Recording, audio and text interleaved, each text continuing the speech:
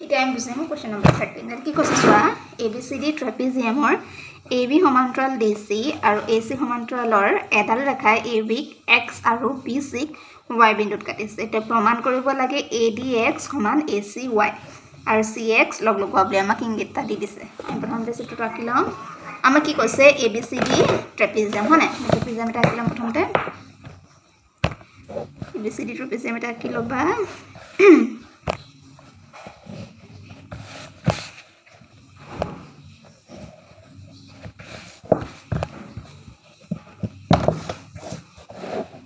পাইছা ন ABCD আৰু আমাক কৈছে যে AB সমান্তৰাল CD বুলি হল আৰু AC ৰ সমান্তৰাল ৰেখাৰে AC সমান্তৰাল হ'ব হলে AC অঙ্কন কৰিব লাগিব হয়নে AC ডাল সংযোগ কৰিলো তাৰপা AC ৰ সমান্তৰাল হ'বলে হলে এনেকুৱাকে হ'ব লাগিব তে এই ৰেখালে AC ৰ সমান্তৰাল এই ৰেখালে AB টো X বিন্দুত কাটিছে বুলি কৈছে এডোখৰ X হ'ব আৰু BC Y বিন্দুত কাটিছে বুলি কৈছে হল আৰু কৈছে যে CX সংযোগ কৰা বুলি CX এনেকে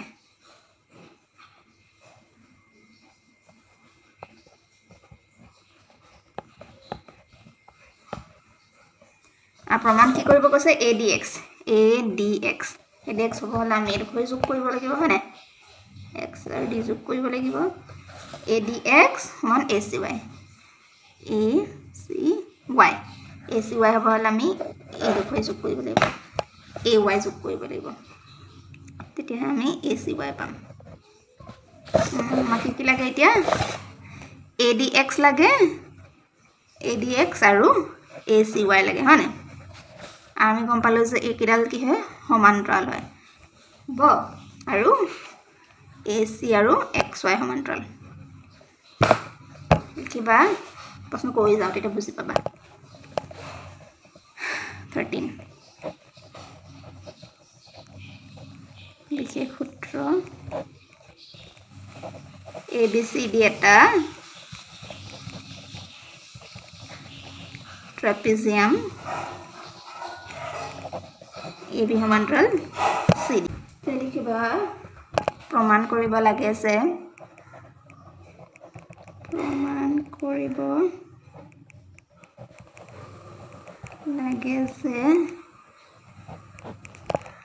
কালি ADX সমান কালি ACY অঙ্কন CX সংযোগ কৰা হল এতিয়া প্ৰমাণত চোৱা আমাক AB আৰু AC সমান্তৰাল বুলি কৈছিলে নে AB আৰু AC সমান্তৰাল বুলি কৈছিলে গতিকে ইহতৰ ভিতৰতে থকা দুটা ত্ৰিভুজৰ কালি আমি প্ৰথমতে সমান উলিয়াই লম ইহতৰ ভিতৰত ADX হ'ব নে নহব ADX আৰু ACX হ'ব নে নহব এই দুটা ত্ৰিভুজ আমি প্ৰথমতে উলিয়াই লম প্ৰথমতে চাই লোৱা কিবা লাষ্টত বুজি পাবা ত্ৰিভুজ ADX আৰু ত্ৰিভুজ ACX ৰ সাধাৰণ ভূমি এতিয়া X টো AB ওপৰতে আছে গতিকে সাধাৰণ ভূমি AX লিখি AB ও লিখিব পাৰি দেই AB আৰু ইহত একে সমান্তৰাল ৰেখা AB আৰু CD ৰ মাজত অৱস্থিত গতিকে কালি ADX সমান কালি ACY প্ৰথমটো হ'ব এতিয়া আৰু কি সমান্তৰাল আছিল AC সমান্তৰাল XY আছিল এতিয়া ইহতৰ ভিতৰত কি আছে ইহতৰ ভিতৰত এতিয়া ACY পাবানে ACY এইটো এটা ত্ৰিভুজ আৰু ACX এটা ত্ৰিভুজ হয়নে কিবা আকৌ ত্ৰিভুজ ACY আৰু ইয়াক দি দিবা 1 আৰু ত্ৰিভুজ AC Xৰ সাধাৰণ ভূমি AC আৰু ইহত একে সমান্তৰাল ৰেখা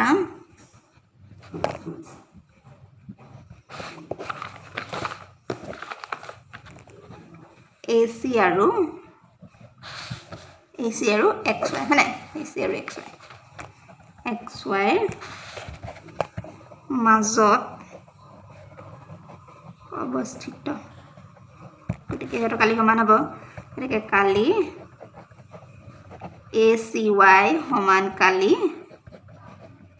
ACX পালো নে কি লাগিছিলে ADX ACY পালো মিলাব লাগিছিলে ADX পালো আৰু ACY পালো এতিয়া ACY সৰি এইটো ACX দেই ACX এতিয়া